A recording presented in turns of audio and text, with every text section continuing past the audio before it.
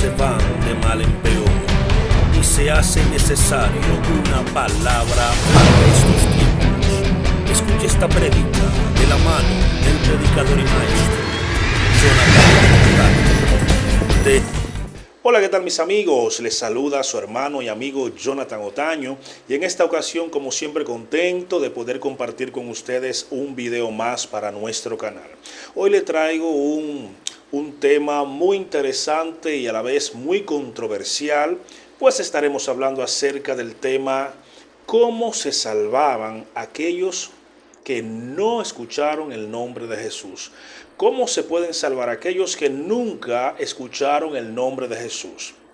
La Biblia dice, mis hermanos y amigos, que no hay un nombre dado a los hombres bajo el cielo en que podamos ser salvos, sino en el nombre de Jesús. Esto se encuentra en Hechos capítulo 4, versículo 12.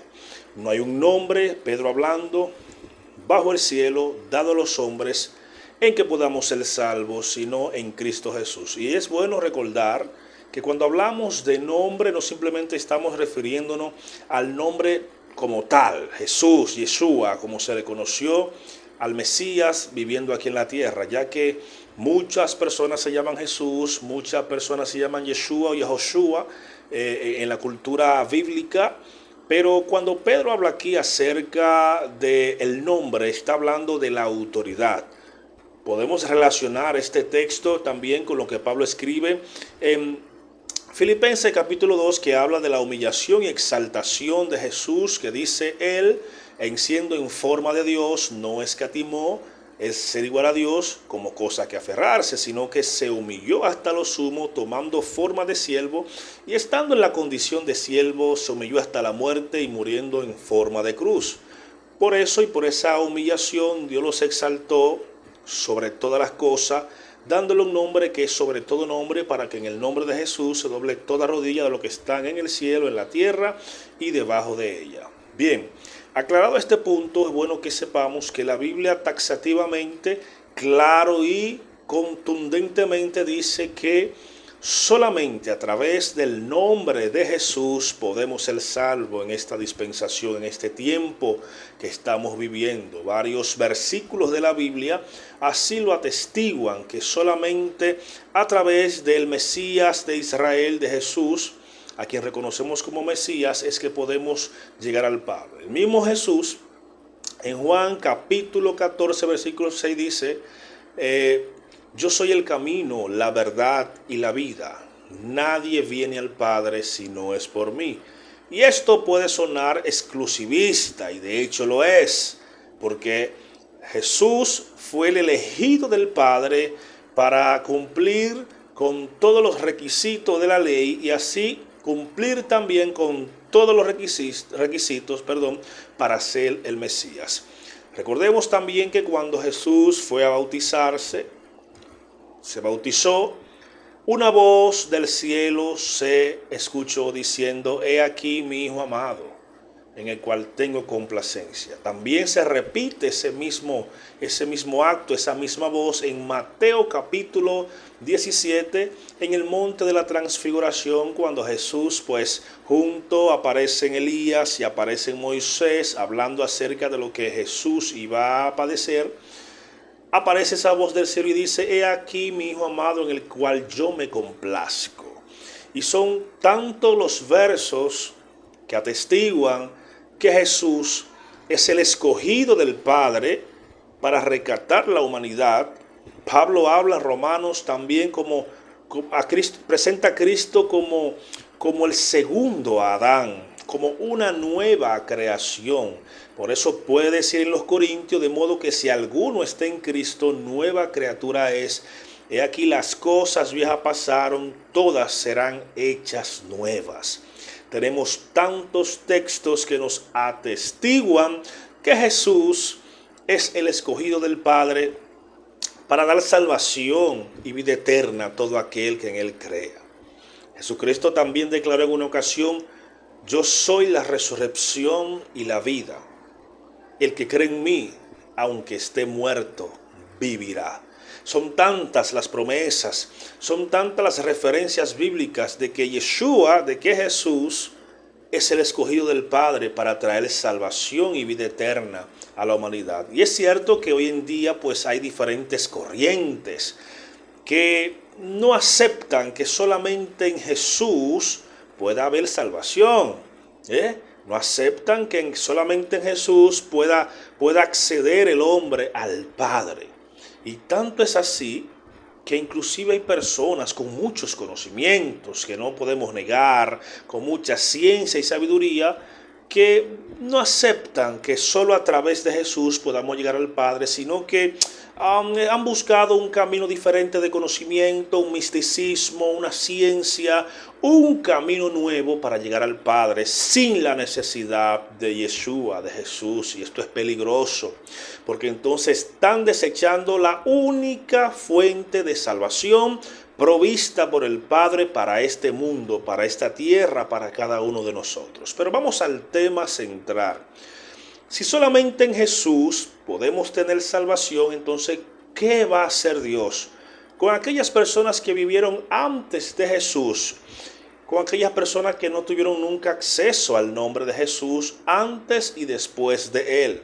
Porque si bien es cierto que la historia se divide en antes y después de Jesús, antes de Jesús no existía un hombre para ser salvo, no había venido Cristo, no se había encarnado el Mesías en esta tierra. Pero también luego de que Él viene, los apóstoles y los cristianos o los seguidores, los judíos que habían creído en Cristo, de los judíos del primer siglo, no tuvieron el tiempo necesario para predicarle a todo el mundo la palabra del Señor. O sea, hubieron personas que indudablemente iban a morir sin escuchar el nombre. ¿Qué iba a hacer o qué va a hacer Dios con esas personas? Y es bueno resaltar que estamos hablando del Dios de Israel, que dentro de sus tantos atributos, o como decía un pastor que yo tenía, las perfecciones de Dios, una de ellas es su justicia. Dios se presenta como el eterno Tsidkenu, nuestra justicia, Dios santo y justo.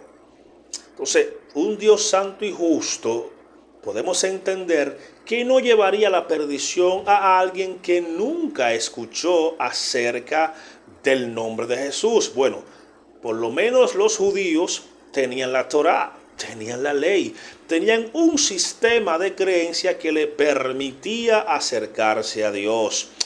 Recordemos que cuando Dios planta a Adán y Eva en el huerto del Edén, le dio un solo mandamiento. Este mandamiento era: no comerán del árbol que está en medio del huerto, el cual es el árbol del conocimiento del bien y del mal. De todo árbol que hay en el Edén pueden comer, están libres tienen acceso a esto, pero del árbol que está en el medio del huerto, del conocimiento del bien y del mal, no lo probéis, porque ciertamente el día que ustedes prueben esto, ciertamente morirán. Así sucedió y conocemos la historia. Un solo mandamiento en el huerto. Luego establece Dios el sistema de sacrificio con Adán y Eva, ya que ellos se cubrieron con hojas de higuera, pero Dios sacrifica un cordero, le da pieles de animales para cubrirlos del frío y todo esto. Dios establece el sistema de sacrificio y podemos ver esto en el acto de Caín y Abel, cuando Dios establece que se presenten delante de él con un sacrificio, con un cordero, porque Génesis 3:15 ya había dado Dios la promesa de que Dios enviaría a un Salvador, que sería herido en su calcañal, pero él pisaría la cabeza de la simiente, de la simiente maligna. Está hablando de Jesucristo. El primer vislumbre del Mesías está en Génesis 3:15. Caín y Abel se presentan delante de Dios, uno con un cordero, Abel, y otro con un sistema de sacrificio de vegetales que más luego se va a aceptar. Pero Dios pidió un sacrificio de animal, que era sombra de lo que había de venir.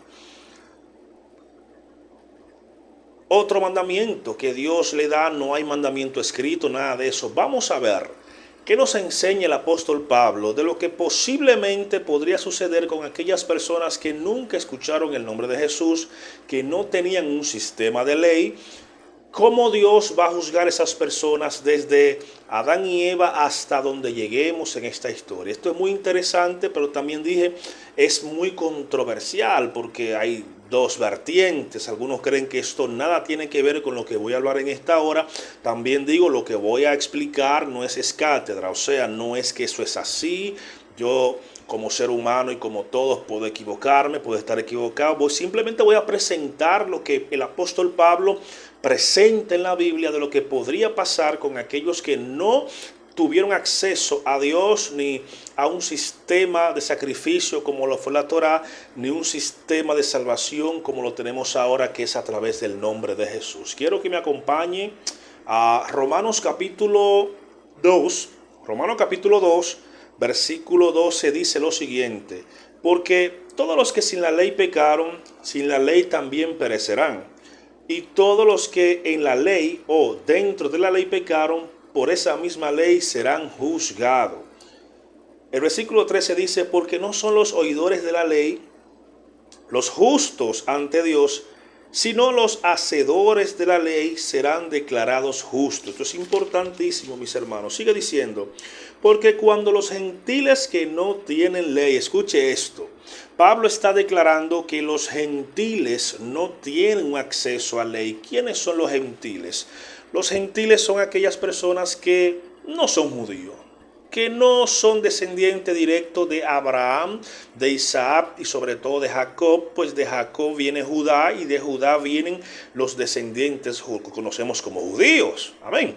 Entonces Pablo dice aquí en Romanos capítulo 2, versículo 14, que porque cuando los gentiles que no tienen ley hacen por naturaleza las cosas que están escritas en la ley, estos, aunque no tienen ley, se convierten en ley para sí mismos. Voy a explicar esto porque esto es poderoso y es interesante que lo entendamos.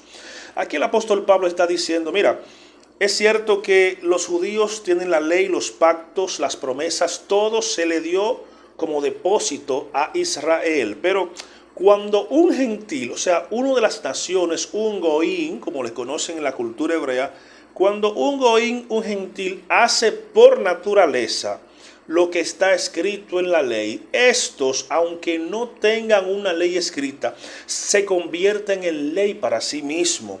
Ojo con el versículo 15. Los cuales muestran las obras de la ley escritas en sus corazones, primero, dando testimonio juntamente su conciencia, segundo, y acusándolos o defendiéndolos su razonamiento. Hay tres cosas que Dios implantó en todo ser humano, tenga la ley escrita o no la tenga la ley escrita. Hablo de la ley de Moisés. Hay tres cosas, en el versículo 15 Pablo lo explica, escuche bien, los cuales, hablando de los gentiles, muestran las obras de la ley escrita en sus corazones. Dios implantó en nuestros corazones una chispa divina que nos va a dar a entender cuando estamos obrando bien y cuando estamos obrando mal. Y te voy a poner un ejemplo. Cuando Caín mata a Abel, por la R, soy de la parte sur de mi país. Cuando Caín mata a Abel, que Dios lo llama, ¿dónde está tu hermano Abel? Caín dice, ¿acaso soy yo guarda de mi hermano? Pero Dios dice que la sangre de Abel la tienes en la mano. Y ahí empieza una conversación. Hay algo interesante, hay una palabra interesante que Caín le dice a Dios.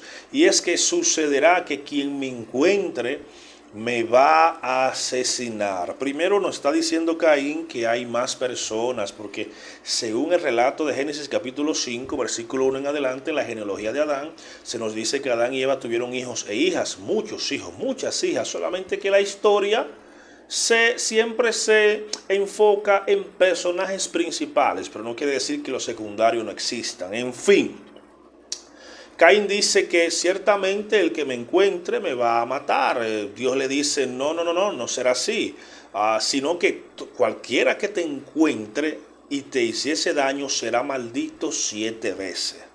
Entonces Caín sabía en su corazón que había obrado mal y no había una ley escrita pero tenía la chispa divina dentro de su ser, que la tiene todo ser humano, aunque no haya aceptado a Cristo, aunque no tenga un sistema de ley escrito como lo fue el sistema mosaico o el sistema que tenían los sumerios o cualquier ley de cualquier nación. Toda persona sabe cuándo obra mal y cuándo obra bien por estas tres cosas que Pablo explica en el versículo 15, los cuales muestran las obras de la ley escritas en sus corazones, dando testimonio juntamente con lo que está escrito en su corazón, su conciencia, y por último, acusándolo o defendiéndolo, su razonamiento.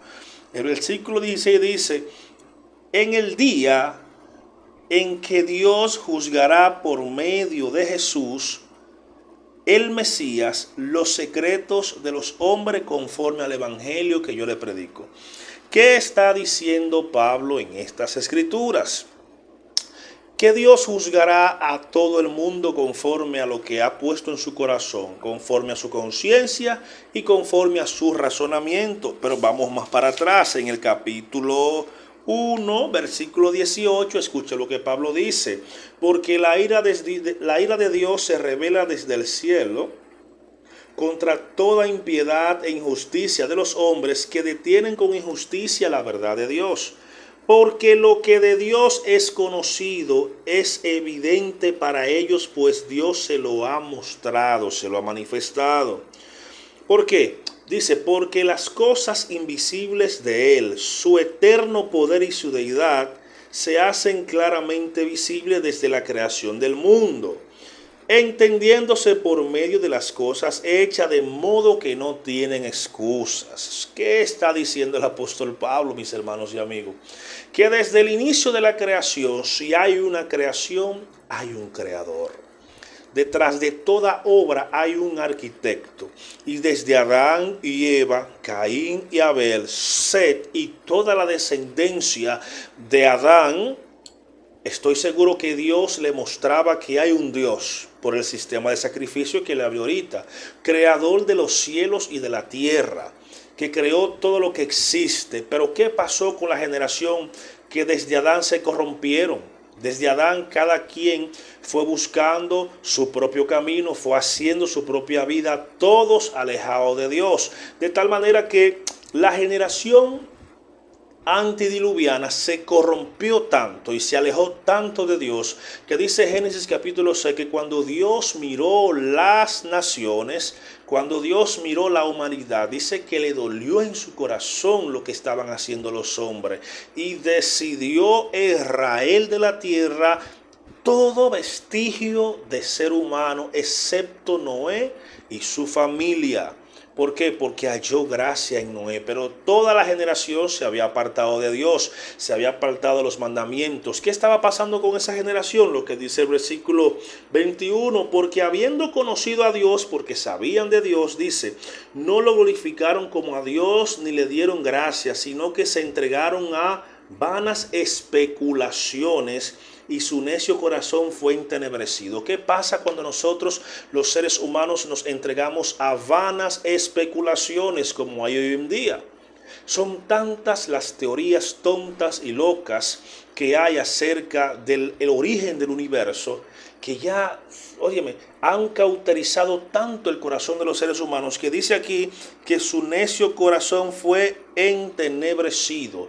Teorías como la teoría del Big Bang, como la teoría de la evolución, como la teoría de que el universo existió por un caso fortuito, porque tenía necesidad de nacer, como decía Stephen Hawking, que toda su vida se la vivió peleando contra Dios y siempre luchando para que las personas no crean en eso de que Dios creó el universo. No, el ser humano siempre ha querido, desde su naturaleza caída, apartarse de Dios y no reconocer que Dios es el creador de todas las cosas. Esto es lo que está explicando Pablo. Dice: alegando ser sabios, se hicieron necios y cambiaron la gloria del Dios incorruptible en semejanza de imagen de hombre corruptible, de aves, de cuadrúpedos y de reptiles. ¿Qué es lo que queda cuando tú te apartas de Dios? Si tú no adoras al Creador, entonces empezarás a adorar lo creado. Entonces las personas, al no tener conocimiento del Dios creador, empezaron a adorar lo creado: el sol, la luna, las estrellas, los astros, el río. Se hacían un Dios para cada cosa: el Dios de la lluvia, el Dios de la fertilidad, el Dios del río, el Dios de la cosecha. O sea, para cada asunto de la vida, el hombre que tiene necesidad de Dios desde su origen, en vez de buscar los caminos de Dios, se creaba su propio Dios. Y es lo que Pablo dice aquí: cambiaron la gloria del Dios incorruptible en semejanza de imagen de hombres corruptibles, de aves, de cuadrúpedos y de reptiles. Por esto Dios los abandonó, porque cuando nosotros abandonamos a Dios, Dios abandona a la humanidad, porque Dios no puede lidiar ni convivir con el pecado. Sigue diciendo: por esto Dios lo abandonó en las concupiscencias de sus corazones. Concupiscencias son deseos desordenados de sus corazones a la inmundicia, para que deshonraran su propio cuerpo entre sí. O sea, hacían cosas que eran contra la naturaleza divina. Estos cambiaron la verdad de Dios en mentira. Aleluya. Y reverenciaron y sirvieron a las criaturas antes que al Creador, el cual es bendito por los siglos de los siglos. Como te venía diciendo, como se alejaron tanto de Dios, empezaron a adorar la creación en vez de al Creador. Cuando nosotros nos alejamos, cuando una generación se aleja de Dios, entonces empezamos a crearlo nuestros propios ídolos. Aquella generación adoraba al sol, la luna, las estrellas.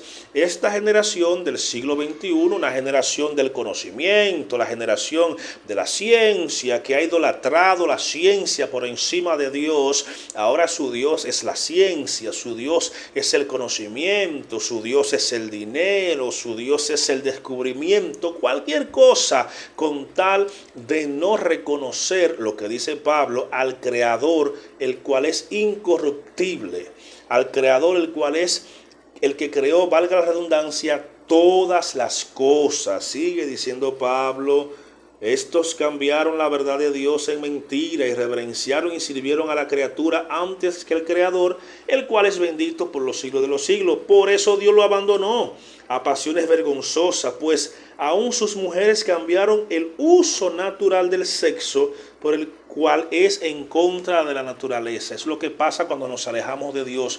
Mientras más una generación se aleja de Dios, pues más el pecado lo arropa. Mientras más una generación se aparta de Dios, entonces el enemigo, su concupiscencia, su carne se va apoderando de esa persona o de esa nación. Realmente es de probable las características que Pablo da aquí acerca de esa generación que se apartó de Dios. ¿Y qué hizo Dios entonces? Lo que dice Génesis capítulo 6, envió un diluvio y erradicó a toda esa generación, simplemente salvando 8 personas: Noé, su esposa, sus hijos y las esposas de sus hijos. Luego de esto, Dios pasó el diluvio, Dios le da leyes a esa nueva creación. Dios escoge a Noé, a sus hijos, para repoblar la tierra. Le da 7 leyes para las naciones, lo cual conocemos como las leyes de Noé o noádicas. Entre esas leyes están crear sistema de justicia, honrar sobre todo a Dios sobre todas las cosas, no comer ahogado, no asesinar, etc. Vemos un extracto de estas 7 leyes en el Concilio de Jerusalén, capítulo 14 y 15 de Hechos, y cuando los que eran gentiles, que estaban aceptando al Mesías de Israel, estaban creciendo la congregación, había un dilema entre los judaizantes y los gentiles. ¿Qué vamos a hacer con los gentiles que están abrazando la fe del Mesías? había un problema porque entonces los judaizantes querían que ellos hicieran los ritos de Moisés, pero Pablo decía que no es necesario. ¿Por qué? Porque eso era sombra y Cristo es la esencia. Al final escogieron 4 de las 7 leyes de Noé, que eran no comer ahogado, no la idolatría, que es lo mismo que decir amarás a Dios sobre todas las cosas, etc. Usted puede leerla ahí en Hechos capítulo 14 y 15. ¿Qué pasa? La humanidad siguió creciendo, mis hermanos, siguió creciendo, pero también la humanidad siguió corrompiéndose. Como la humanidad no obedeció las 7 leyes de Moisés, entonces en las 7 leyes de Noé, entonces Dios escoge a un pueblo, y este pueblo lo escoge desde Abraham. Abraham era un idólatra, o por lo menos así lo registra la Biblia, o quizás él no lo era, pero su padre sí, vendía y hacía ídolos.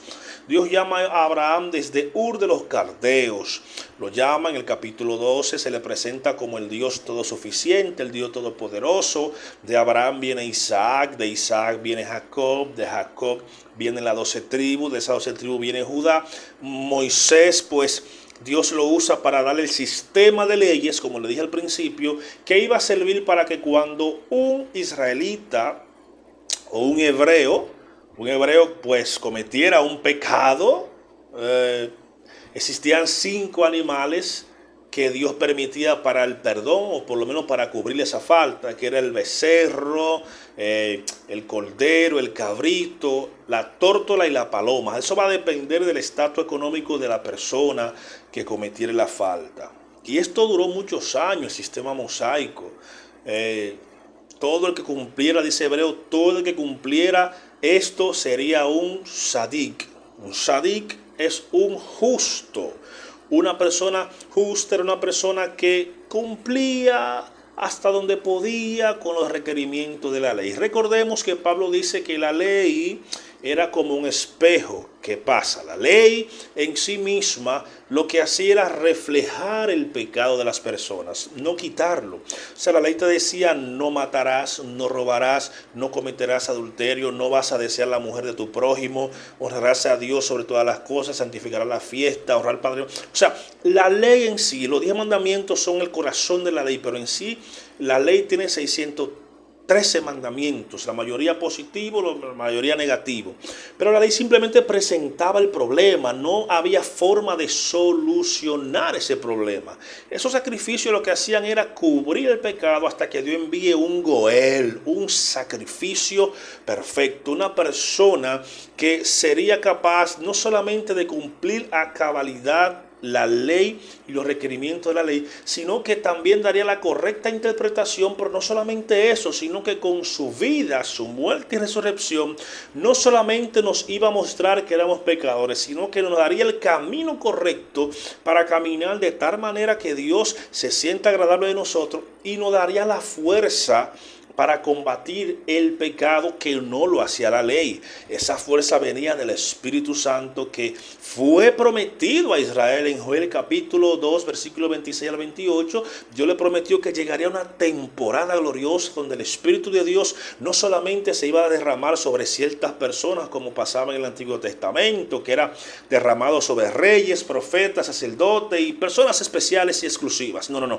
Vendría una época donde el Espíritu Santo iba a ser derramado sobre toda carne. Esa época llegó en el día de Pentecostés. De hecho, Pedro toma como referencia, esto fue lo predicho por el profeta Joel, que Dios derramaría sobre toda carne su Espíritu. ¿Qué es el Espíritu Santo? El Espíritu Santo no es más que un desprendimiento de la misma esencia de Dios. El Espíritu Santo es una chispa divina, no es un poder simplemente, es la misma esencia de Dios viviendo en la persona. Cuando Jesús aparece, me parece que en Lucas o en Mateo, no recuerdo el evangelio, pero está escrito, aparece, dice: el Espíritu de Dios está sobre mí, y da 6 cosas que iba a hacer Jesús con la unción del Espíritu de Dios. Repito, la ley, que es santa, justa, buena.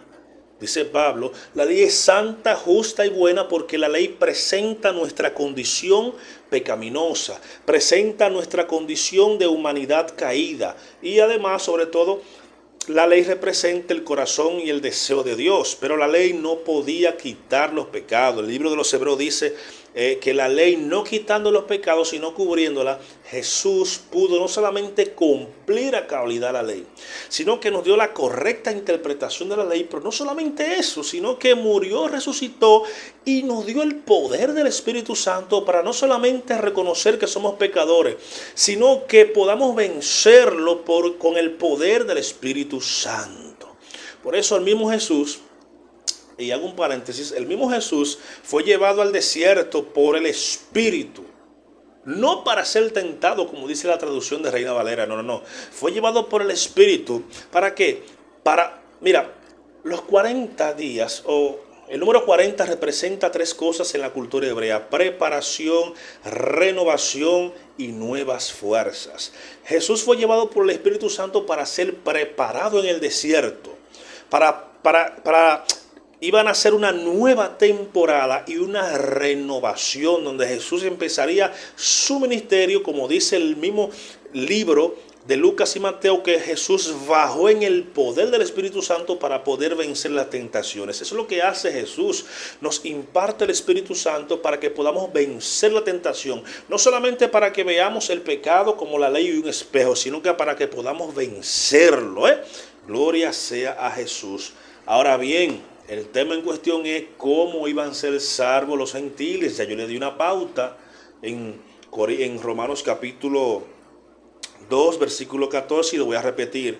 Porque todo lo que sin la ley pecaron, sin la ley van a ser juzgados. O sea, las naciones que no tenían ley escrita, ni Moisés, serán juzgadas conforme a su corazón, su razonamiento y su conciencia. Pero, ¿cuándo va a hacer ese juicio? Bueno, vamos a Apocalipsis, mis hermanos. Apocalipsis capítulo 20. Apocalipsis capítulo 20 dice algo interesantísimo. Quiero que me acompañen. Apocalipsis 20, 11 dice: y vi un gran trono blanco. Escuche esto. Y al que estaba sentado en él, ante cuyo rostro huyeron la tierra y el cielo, y no fue hallado lugar para ellos. Escuche esto interesantísimo. Y vi los muertos, grandes y pequeños. Grandes y pequeños aquí no es estatura, sino estatus. Cuando dice grandes y pequeños, podemos decir que grandes son reyes, emperadores, faraones, gente de renombre, reyes, presidentes, artistas, gente que en esta tierra pues lo consideraban grande. Y pequeños, personas normales. Estaban todos de pie ante Dios. Y un rollo fue abierto, y también fueron abiertos otro rollo, el cual es el libro de la vida. ¿Qué dice la Biblia? Que estas personas, sigue diciendo, fueron juzgados los muertos por las cosas que habían sido escritas en los libros, según sus obras. La gente cree que puede vivir en esta vida haciendo y deshaciendo, y que Dios no está tomando anotaciones de las cosas que están haciendo. Sí, mis amigos, Dios está tomando anotaciones de cada cosa que tú haces al oculto, cada cosa que tú haces en silencio, cada cosa que el hombre quizás nunca se dé cuenta, pero en el día del juicio serán reveladas todas las cosas. Por eso Salomón escribió en Eclesiastés capítulo 12, en su último versículo: el fin de todo discurso, el fin de todo discurso es este: teme a Dios y guarda sus mandamientos, porque Dios traerá a juicio toda obra oculta de los hombres. No podemos pretender que el hombre hará las cosas a oculta y que Dios un día no la va a juzgar. De hecho, el mismo Mesías dijo en una ocasión: no hay nada oculto que no salga a la luz, ni nada encubierto que no haya de conocerse. Todas esas cosas van a ser juzgadas en el día del juicio. Ahora bien, vamos a conocer quién va a ser, quién será, quién juzgará a las personas en el día del juicio. Quiero que nos vayamos a Hechos capítulo 17. Hechos capítulo 17, versículo 22 en adelante. Voy a leer. Hechos 17, 22 dice: Pablo entonces, puesto en pie en medio del areópago, dijo: varones atenienses, en todas las cosas observo cómo son muy religiosos. Porque pasando y viendo de cerca vuestro santuario, Hallé también uno o un altar en el cual está inscrito lo siguiente: al Dios no conocido. El que adoráis, pues, a pesar de no conocerlo, a este es el que yo os anuncio. Y va desarrollando su teología Pablo. Dice: el Dios que hizo el mundo y todas las cosas que en él hay, siendo Señor del cielo y de la tierra, no habita en templos hechos por manos humanas, ni es servido por manos humanas, ni tiene necesidad de cosa alguna, pues Él da a todos vida y aliento a todas las cosas.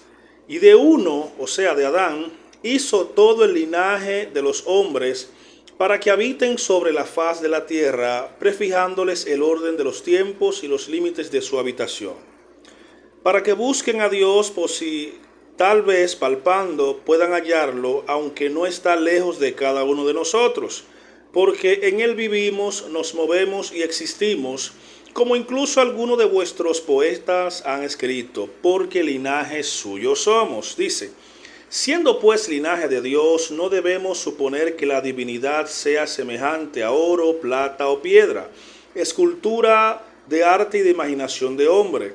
Pues bien, Dios, escuche esto, que aquí está el mensaje principal en el versículo 30, pues Dios, pasando por alto estos tiempos de ignorancia, ahora manda a todos los hombres en todo lugar que se arrepientan, porque ha establecido un día en el cual va a juzgar a la humanidad con justicia, por medio del varón que designó, presentando a todos garantía de ello, cuando lo resucitó de entre los muertos.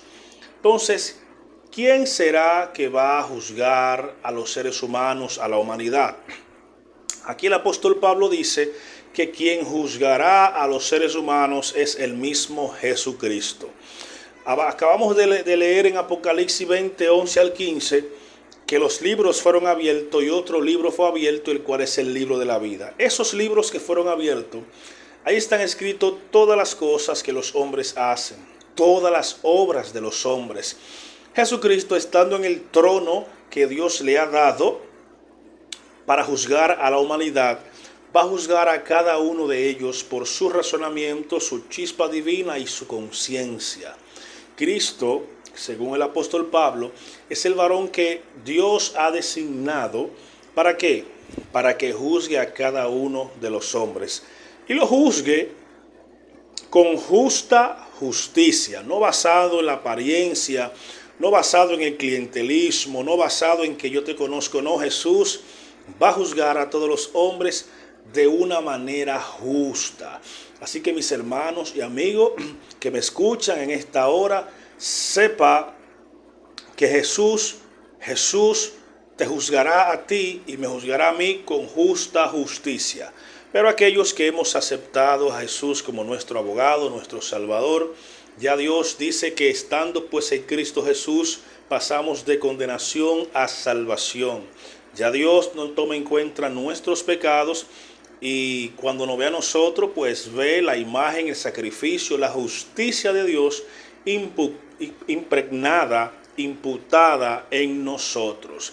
Así que mis hermanos, hasta aquí este interesante tema: cómo han de ser salvos aquellos que en otra vida no escucharon el nombre de Jesús, no tuvieron la oportunidad de escucharlo, o aquellos que aún Jesús no había llegado y no tenían acceso a la Torá, al sistema de sacrificio de la ley mosaica. Pues Dios juzgará a esos hombres de acuerdo a su razonamiento, de acuerdo a su justicia y de acuerdo a esa chispa divina que Dios implantó en el corazón de todos los seres humanos. Alguien por ahí también me preguntó en una ocasión, pues, ¿qué pasará con aquellos que nacieron con un problema mental, no tienen la capacidad de elegir a Jesús? Simplemente ellos viven en un estado de inocencia. Y yo le decía eso mismo, tú te has contestado.